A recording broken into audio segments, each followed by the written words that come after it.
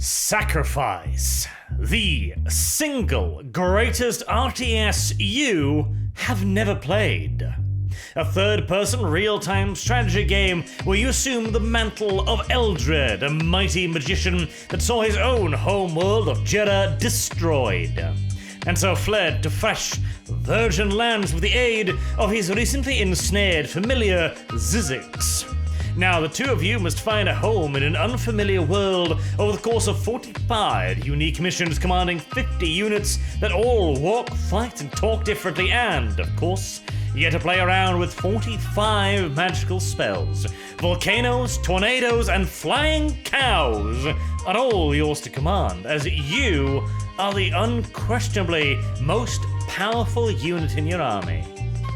But despite quite possibly being the single best video game ever produced, it sold like a fossilized turd marinated in platypus poison. Why?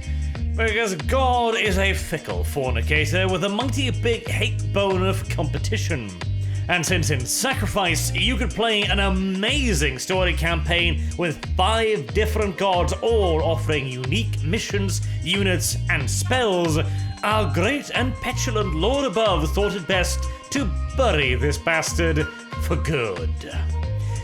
Or alternatively, if you're looking for a slightly less celestial explanation, the simple fact was that Sacrifice plopped onto store shelves, wet, glistening, and barely marketed during the first year of the golden age of gaming. And I ain't being hyperbolic to say that Sacrifice, despite its many qualities, had hard competition would be like saying that getting catapulted out of bed, rolled in lasagna, and then dumped into a piranha pool is an above-average rough start to the morning. Allow me to further illustrate by mentioning aforementioned competition. The Sims, Deus Ex, Homeworld Cataclysm, Diablo 2, Thief 2, Red Alert 2, Zeus, Ground Control, Shogun Total War, Metal Gear Solid, Hitman, Panzer Generals 3, Giants, Citizen Kabuto, and motherfucking Counter-Strike, all released in the same year. The standard of gaming back then was so astronomically high, Hitman was considered pretty alright, you know? Fairly baseline all around, nothing too exciting. Our grandest concern back then wasn't if a game would drown us in pointless DLC, if they would rape us raw with predatory microtransactions, or present us with their finest impression of a murder hornet nest so filled with bugs it'd be a wonder if the game even started. Oh no, oh no. Our worry was whether or not a game was transforming entire genres, making massive leaps ahead in terms of storytelling, graphics, or gameplay, if not indeed, like Sacrifice, all at once. It was an era in which ground-shattering revolutions was the norm.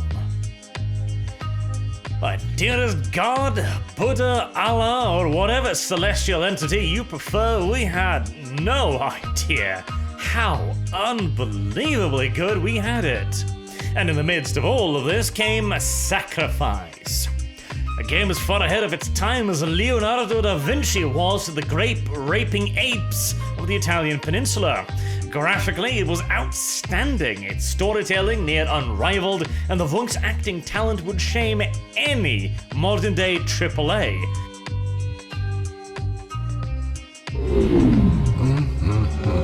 Typical. Do not despair, wanderer. These two paragons of virtue are not the only gods around here. I, for one, can offer you untold knowledge. Such promises, knowledge, justice, progress. What value hold these without conflict? What is a life devoid of strife? Peaceful? That's not so bad in my book. I didn't know you could read. And the gameplay, it was something we had simply never seen before. Not to mention, the first game to introduce the command wheel, now an everyday occurrence in nearly every strategy game that means business. And yet, still it failed. forcing me to ask, do we as humans even deserve to exist anymore? Do we truly have the right to continue to draw breath, to pollute our good, glorious green earth with our profuse flatulence and criminally lacking sense of appreciation? I just don't know anymore. Though, in mankind's undeserved defense, the primary reason Sacrifice flopped was because the developers never bothered to let anyone know they were actually making the game. The dev team was as far ahead of their time as the game was, and they tried to create buzz by approaching what was at the time a fairly newfangled contraption: video game review websites. Oh yes. Back in the prehistoric age, when flesh-eating Cadillacs chased Triceratopses through the lush jungles of northern Norway, the primary way of learning of new games was through physical media, magazines. To hear of such an ancient and decrepit thing might make many of you imagine Cro-Magnon savages smacking stone upon stone to create fire. Allah help us, but even that may be over-generous. We were barely on the level of monkeys with rocks back then, so astonishingly primitive as to trust games journalists with delivering us news. Oh gods below and above. Yet, a line should be drawn between the genuinely passionate entrepreneurs of yesteryears and the unconscionable, cretinous creations of flaccid fecal matter we have today. Games journals of the 2000s just beginning to start up websites and bringing news to more and more people without the severe limitations of physical media. Those people were entrepreneurs. They were with hair on their chest and balls of brass. Meanwhile, the waste pipe refuse of the day have the spines of jellyfish and the integrity of career politicians. But enough about the current year.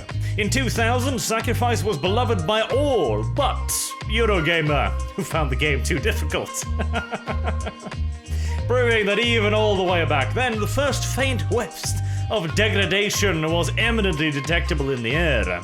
If only we had brought Flamethrower to bear much sooner, then a lot of pain and suffering could have been prevented. But anywho, no one cared, unless your game had advertisement behind it, posters, videos, and demos. Oh, good glorious Buddha, how I miss demos.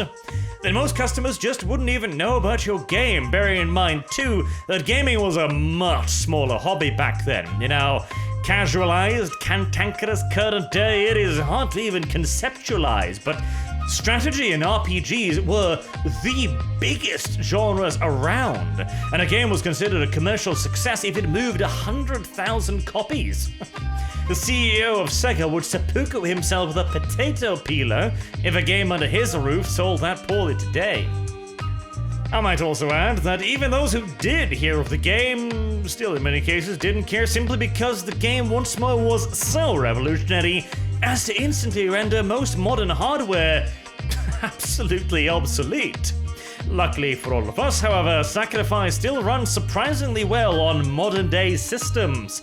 And well, computer technology has come a long way, hasn't it? Though, as you can see, it does object just a little bit to being recorded on a modern system.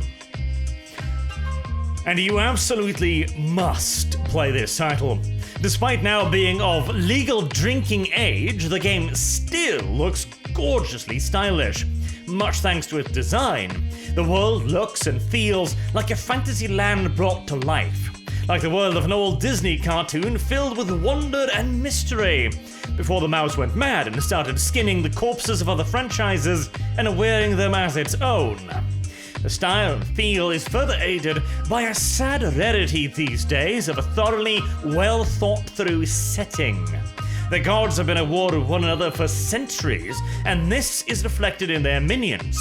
The cog, for example, is Pyro's take on the scythe, ripping chunks of the creature to replace slicing appendages with bludgeoning pneumatic hammers. And for final touch, the mindless slave creature is filled with volatile gas via its mouth hole, so that it may scorch Pyro's enemies even in death, as it explodes in streams of scalding steam. We even get to partake in one of these improvement processes during a pyro mission, where we are sent to abduct an entire tribe of trolls. Young and old alike of both genders, Pyro then liberates them from the oppression of tradition by strapping flamethrowers to their arms. Ones that turn their own fists into near molten clumps of fiery slag. Liberation has many forms, as it turns out. And then we come to the single most iconic character of them all, without which a mage is nothing more than a weak, pathetic pile of melee-incapable garbage waffling around the battlefield. The ever-loyal mana whore. Yes, you heard that correct, and by God, what a name. And it gets even better when you consider that its sole purpose in life is bouncing around behind your mage to supply him with streams of mana gushing forth from their rounded heads.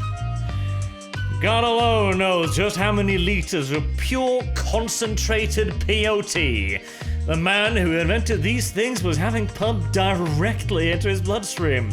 But thanks to him, we also get a very interesting logistical system. Mana, you see, is a natural resource that gushes forth in great geysers from the ground. A talented magician can build a shrine upon these geysers and so allow the mana to be transferred via the ether to the mana halls, allowing the mage to continuously replenish his mana in the field via his mana halls.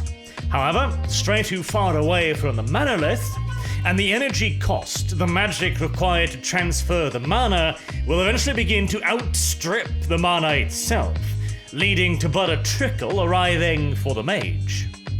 And no mana, of course, means no spells, no new units summoned on the field of battle, and, furthermore, all of your ranged units also consume mana to produce their own projectiles. The ranger, for example, fires bolts of red magical energy, and they too require mana provided by the mana halls. This means that a clever opponent might avoid your army in its entirety, seeking instead to strike at the shrines behind you, reducing the amount of mana you get to a mere trickle whilst he regains his own by being close to the source. Soon you will be unable to cast spells, summon forth replacement units, and your units themselves will run out of ammunition. There is, however, a way to counter this. Guardians. A creature's soul can be bound to a manolith, allowing it to regenerate its health and mana directly from the source, making the unit very difficult to kill and a powerful guardian entity. However, the bond is as good as permanent as far as a single battle goes, and so once a creature is bound in this fashion, it's there until it dies, with no way to free it. And creatures are the rarest resource of all in sacrifice, or, more precisely, their souls are. Oh yes, the resource with which the gods wage war is not gold, mere coin or trinkets, but the very souls of their followers. You start with a small amount at the beginning of a mission. A few more may possibly be found around the map, usually inhabiting the bodies of local peasantry. The rapid application of measured violence in the form of a lightning strike or a fireball will swiftly see the soul released from its wasteful host as a red soul, a heathen soul. And the only cure for such a horrid affliction, of course, is pain and torture. As from an unspeakable realm of misery and torment, you summon forth the Sack Doctor, which uses a giant syringe to suck the soul out of the corpse, encapsulating it in a bubble of energy, and then they drag the flailing and screaming victim back to your altar for sacrifice, where they will be slowly torn apart by beams of energy until the body is literally ripped into pieces. And after enough pain has been inflicted in glorious holy ritual, completely different from the entirely identical yet still monstrous and heathen ritual of your enemies, the soul becomes a blue soul, a right thinker's soul, and can henceforth be used to summon new minions. A basic boy or a manahor might take just a single soul, whereas an ultimate minion like a dragon can take up to 5 souls to summon. And since you start with but a handful, you of course need more souls. And the only way to get them is to rip them out of the bleeding, screaming corpses of your enemies. But sadly, enemies rarely simply line up in an ordered fashion to have their spirits torn from their bloody flesh at your altar. You usually have to fight for it, and battles and sacrifice can get very interesting, as 2 small armies fight one another in an extended skirmish.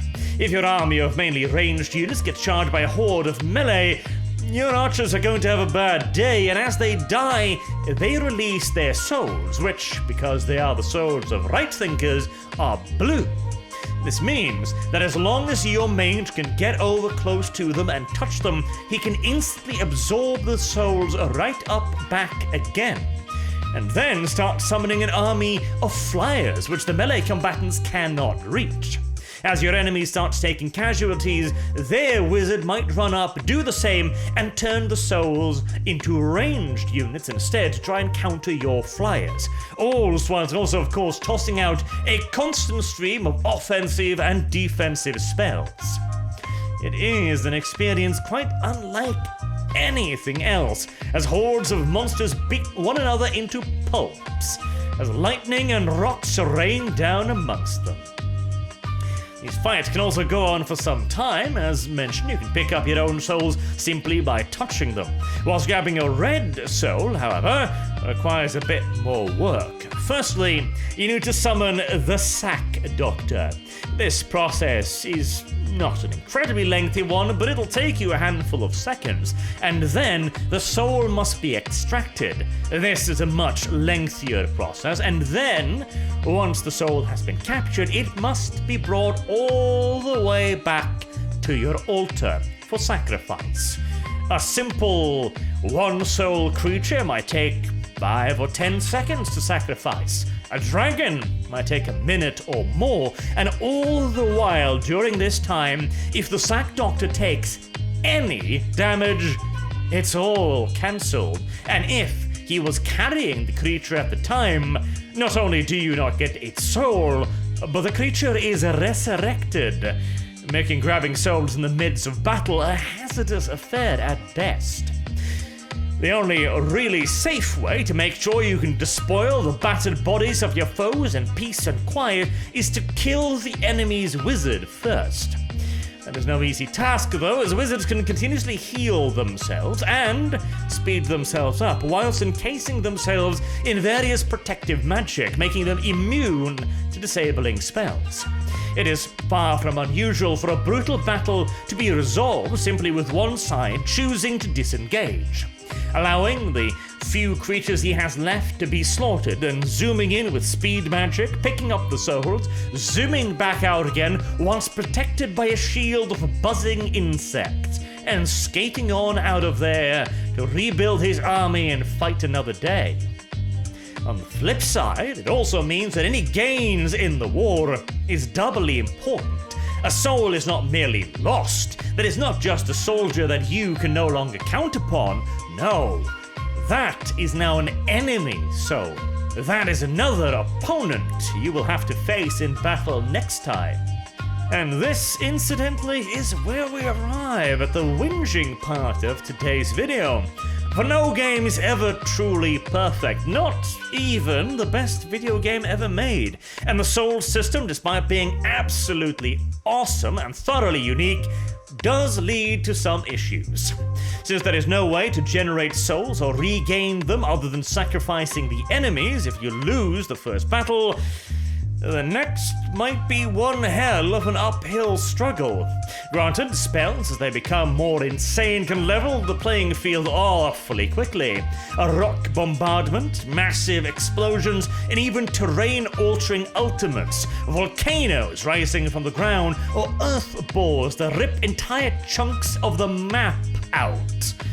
A superior army can quickly be reduced to a gaggle of red souls via the correct application of overwhelming magic firepower. Nevertheless, if one were to suggest an improvement to a 20-year-old video game, some way of regaining souls by slaughtering more neutral creeps, patrolling monsters or settlements perhaps heavily defended, would ensure a slightly less volatile balance of violence. But, this notwithstanding, this is the tiniest of problems in, again, I repeat, one of the best, if not the single best game ever made. And the campaign is fantastic. 50 missions will take a while to get through at the best of times, but add in the fact that during the campaign you can choose to serve one god for one mission and then switch on to a completely another one in another. That means you've got 50 missions that can all be combined in varying ways, unlocking different creatures, different spells, and allowing you to make your very own spellbook instead of that belonging to a single god. It is an absolutely fantastic game, and there is absolutely no reason why you shouldn't get it right now and play it, because it is absolutely a gift from the gods.